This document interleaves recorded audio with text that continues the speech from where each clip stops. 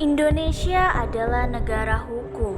Artinya seluruh kehidupan negara wajib berasaskan hukum supaya prinsip negara hukum dapat berjalan baik. Ada dua hal yang harus diupayakan, yakni perlindungan hukum dan penegakan hukum. Perlindungan hukum. Perlindungan hukum merupakan upaya untuk melindungi subjek hukum dengan peraturan yang ada. Subjek hukum di Indonesia adalah masyarakat, dan upaya perlindungan hukum dilakukan oleh penegak hukum. Contoh penegak hukum di Indonesia: Kepolisian Republik Indonesia, Kejaksaan Republik Indonesia, Hakim, Advokat, KPK. Terdapat 3 unsur perlindungan hukum di Indonesia, yaitu perlindungan, jaminan, dan kepastian hukum yang dilakukan pemerintah terhadap warganya. Tujuan perlindungan hukum adalah mengupayakan pengamanan dan pemenuhan kesejahteraan hidup sesuai hak asasi.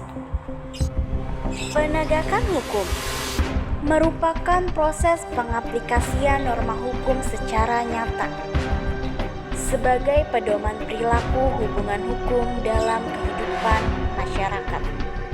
Dalam arti sempit, penegak hukum mengacu pada upaya penegak hukum untuk memastikan jalannya hukum. Dalam arti luas, penegakan hukum melibatkan semua subjek hukum dalam setiap hubungan hukum. Tujuan penegakan hukum yang dilakukan oleh penegak hukum adalah menciptakan, memelihara, dan mempertahankan kedamaian. Fungsi perlindungan dan penegakan hukum. 1. Menegakkan supremasi hukum. Memastikan tidak ada ketimpangan antara penguasa dan rakyat di hadapan hukum, dan hukum melindungi semua tanpa intervensi. 2. Mewujudkan keadilan.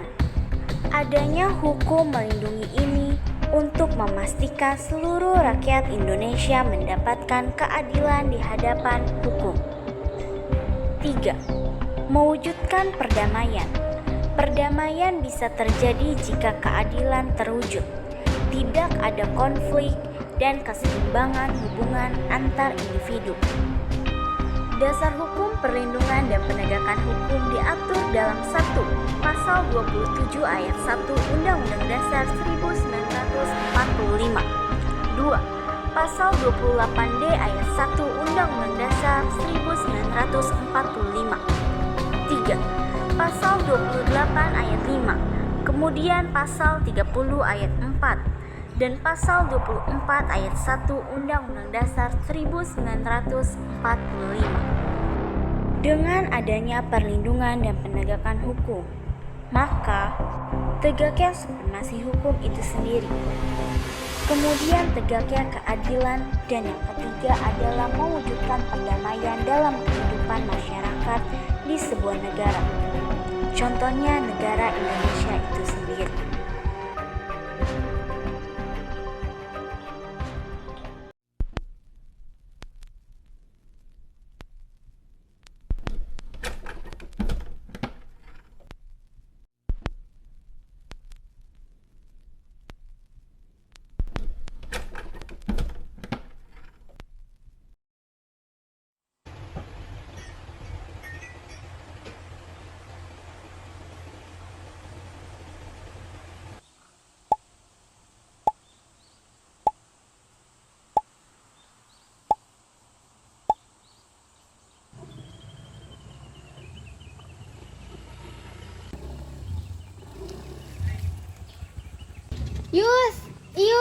Ius, cepetan, ayo kita udah telat nih ke kampusnya. Ya ayo Din. Loh, kok kamu mau bawa helm? Oh iya, lupa. Soalnya semalam rumahku habis kemalingan, jadi helmnya juga ikut dicuri. Ya udahlah, biarin, biasanya juga nggak ada polisi. Oh iya, kamu bawa helm nggak? Bawa nih. Yaudah, aku aja yang pakai ya. Soalnya kan aku yang bawa motor. Yaudah.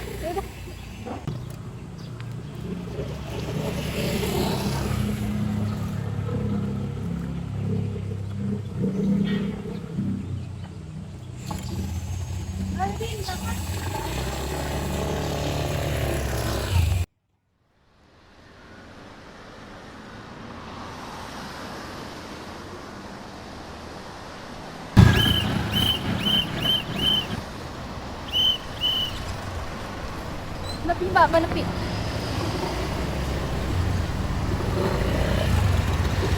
Duh, kacau nih. Kena tilang gara-gara kamu. Oh, kamu lah, kan kamu yang telah jemput aku. Kok jadi nyalain aku sih? Selamat pagi, Mbak. Mohon maaf mengganggu perjalanannya. Kamu dipastikan dulu motornya.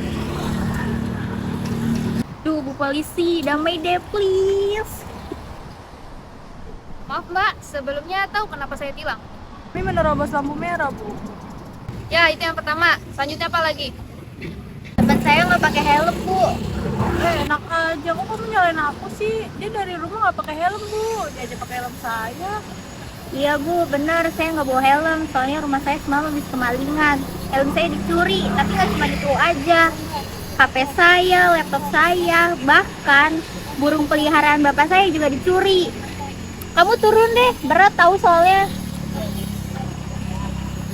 Oh, rumah Mbak kemalingan. Sudah lapor polsek belum? Sudah, Bu. Ayah saya tadi sudah ke polsek terdekat. Makanya motornya dipakai, jadinya kita telat ke kampus. Ada, Bu, perlindungan bagi yang melapor. Tentu ada. Perlindungan terhadap korban maupun saksi itu terdapat pada pasal 31 tahun 2014, yang mana di dalam pasal tersebut korban adalah yang mengalami gangguan fisik, mental maupun kerugian yang dilakukan tindak pidana.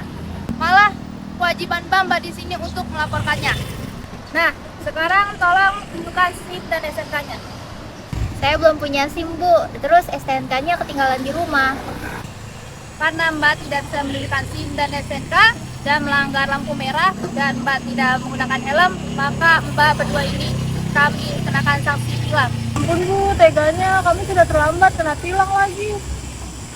Bu, gimana? Nanti saya kena marah orang tua saya. Nah, itu pelajaran untuk Mbaknya agar senantiasa mematuhi peraturan lalu lintas. Yang pertama, yaitu membawa surat-surat, itu wajib. SIM, SNK. Yang kedua, yaitu menggunakan helm. Dan yang ketiga, yaitu jangan merobos lampu merah. Itu demi keselamatan Mbaknya juga. Ada pasalnya nggak, Bu? Tentu ada, saya jelaskan. Yang pertama, Mbak tidak mempunyai SIM, itu ada di pasal 281. Dan Mbak tidak menunjukkan STNK, itu ada di pasal 288 ayat 1. Lalu, Mbak tidak menggunakan helm, itu ada di pasal 291 ayat 2. Lalu Mbak merobos lampu merah, itu ada di pasal 287 ayat 1. Itu semua ada di Undang-Undang Nomor 22 Tahun 2009 tentang lalu lintas dan angkutan jalan. Ya, Bu, kami paham. Ngomong-ngomong gimana, Bu? Kita ke kampusnya. Ibu mau antar kita. Waduh, masa minta antar saya?